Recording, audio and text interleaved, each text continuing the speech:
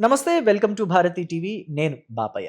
రాజకీయాలలో హత్యలుండవు, ఆత్మహత్యలే ఉంటాయి అని చెప్పేసి పెద్దవాళ్ళు అంటూ ఉంటారు.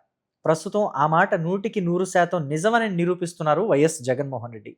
అందుకనే నేను తమ్నైల్లో కూడా నీ వైసీపీకి నువ్వే రాజకీయ సమాధి కట్టేస్తున్నావా అని చెప్పేసి పెట్టాను. అంటే ఆంధ్రప్రదేశ్ ముఖ్యమంత్రి, తెలుగుదేశం పార్టీ అధినేత నారా చంద్రబాబు నాయుడు వైఎస్ఆర్ కాంగ్రెస్ పార్టీ అధినేత, మాజీ ముఖ్యమంత్రి వైఎస్ జగన్మోహన్ రెడ్డిని అంటున్నట్టుగా నీ వైసీపీకి నువ్వే రాజకీయ సమాధి కట్టేస్తున్నావు అని అంటున్నట్టుగా నేను తమ్నైల్లో కూడా పెట్టాను. జగన్మోహన్ రెడ్డి నిజంగా వైసీపీకి రాజకీయ సమాధి కడతారా అంటే ప్రస్తుత పరిణామాలు చూస్తే అలాగే అనిపిస్తున్నాయి. ఎందుకంటే రాష్ట్ర ప్రజలంతా రాజధాని అమరావతిగానే ఉండాలి అని కదా 2024లో వాళ్ళు తీర్పిచ్చింది. ఎందుకంటే వైసీపీ చూస్తేనేమో విశాఖే రాజధానిగా ఉంటుంది, ముఖ్యమంత్రి అక్కడికే వెళ్ళి పరిపాలన చేయబోతున్నారు అని చెప్పేసి అనౌన్స్ చేసేశారు. వైసీపీ తరఫు నుంచి ఆ అనౌన్స్మెంట్ వచ్చింది. ఈవెన్ జగన్మోహన్ రెడ్డి కూడా నేను విశాఖకి షిఫ్ట్ అయిపోతున్నాను, ముఖ్యమంత్రి ఎక్కడ ఉంటే ఎక్కడి నుంచి పరిపాలన చేస్తే అదే రాజధాని, సో ఇక మీదట నేను విశాఖలోనే ఉంటాను అని చెప్పేసి కూడా ఆయన ఓపెన్గా చెప్పారు. దానికి అనుగుణంగానే ఋషికొండకి బోడుగుండు కొట్టేసి అక్కడ కొన్ని భవనాలు కూడా నిర్మించారు. అక్కడే జగన్మోహన్ రెడ్డి ఉండబోతున్నారని టాక్ కూడా నడిచింది.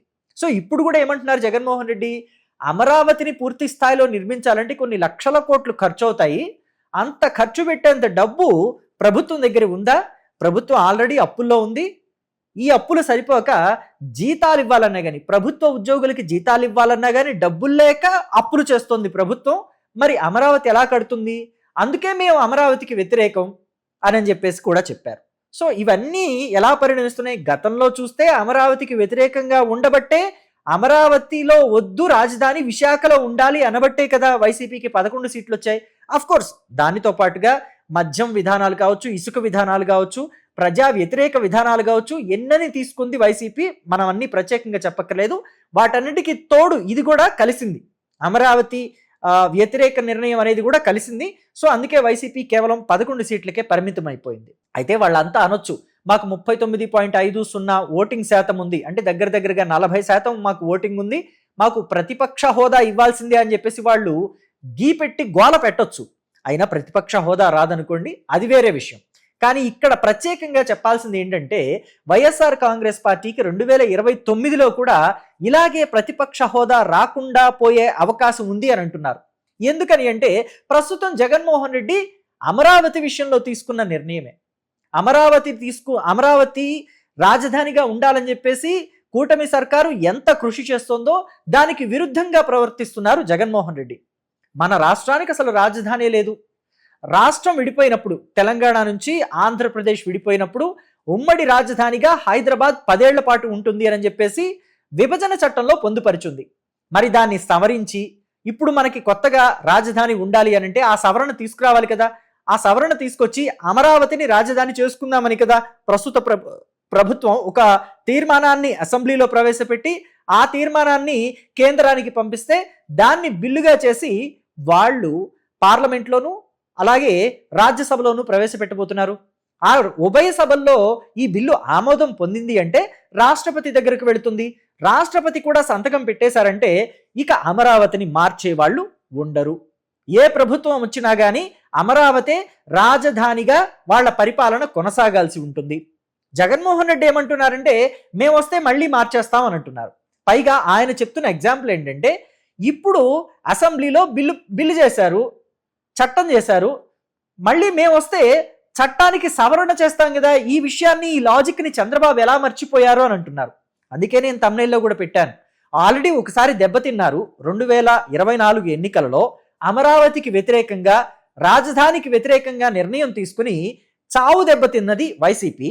మళ్ళీ మేము చట్టానికి సవరణ తీసుకొస్తాం, అమరావతిని రాజధాని కాదు అని చెప్తాము, అమరావతిని రాజధానిగా ఉండనివ్వము, రాజధాని అమరావతి అని చట్టం చేసినా ఆ చట్టానికి సవరణలు తీసుకొస్తామంటే మళ్ళీ ప్రతిపక్ష హోదా కూడా దక్కని పరిస్థితులు ఉంటాయేమో. వైసీపీకి అలాంటి పరిస్థితులు జగన్మోహన్ రెడ్డి తీసుకొస్తున్నారేమో అని చెప్పేసి ప్రజల్లో ఇప్పుడు బలంగా వినిపిస్తున్న మాట.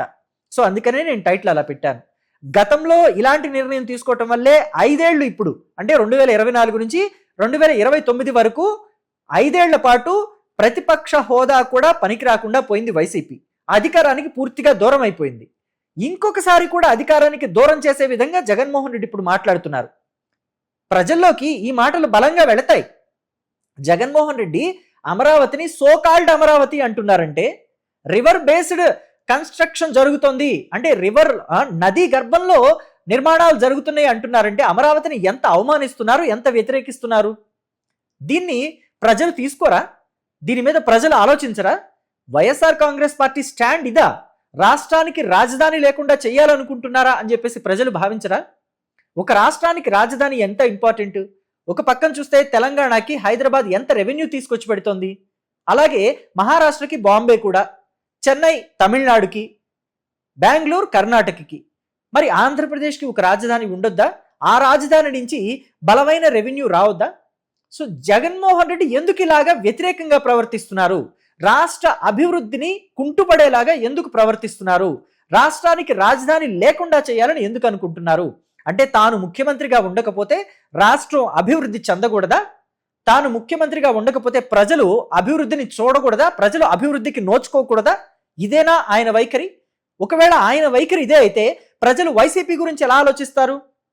ప్రజలు వైసీపీకి అధికారాన్ని కట్టబెట్టాలనుకుంటారా? మరలా ఆ వైసీపీకి ఆ పూర్వ వైభవం రావాలని అసలు వాళ్ళ ఊహలోకి కూడా వస్తుందా? సో ఇదే వైఎస్ఆర్ కాంగ్రెస్ పార్టీకి శాశ్వతంగా సమాధి కట్టేలాగా జగన్మోహన్ రెడ్డి వ్యాఖ్యలు ఉన్నాయి అనటంలో ఏమాత్రం అతిశయోక్తి లేదు అని అనిపించేలాగా ఉంది. మరి దీని మీద మీరేమంటారో మీ అభిప్రాయాన్ని కమెంట్ బాక్స్లో తెలియచేయండి. జగన్మోహన్ రెడ్డి చేసిన ఈ వ్యాఖ్యలు వైఎస్ఆర్ కాంగ్రెస్ పార్టీకి 2029 ఎన్నికల్లో ఎలాంటి దెబ్బ కొట్టబోతున్నాయి? వైఎస్ఆర్ కాంగ్రెస్ పార్టీకి 2029 ఎన్నికల్లో అయినా కనీసం ప్రతిపక్ష హోదా దక్కుతుందని మీరు అనుకుంటున్నారా? దక్కదు అనుకుంటున్నారా? మీ అభిప్రాయాన్ని కమెంట్ బాక్స్లో తెలియజేయడం మాత్రం మర్చిపోవద్దు. Thank you.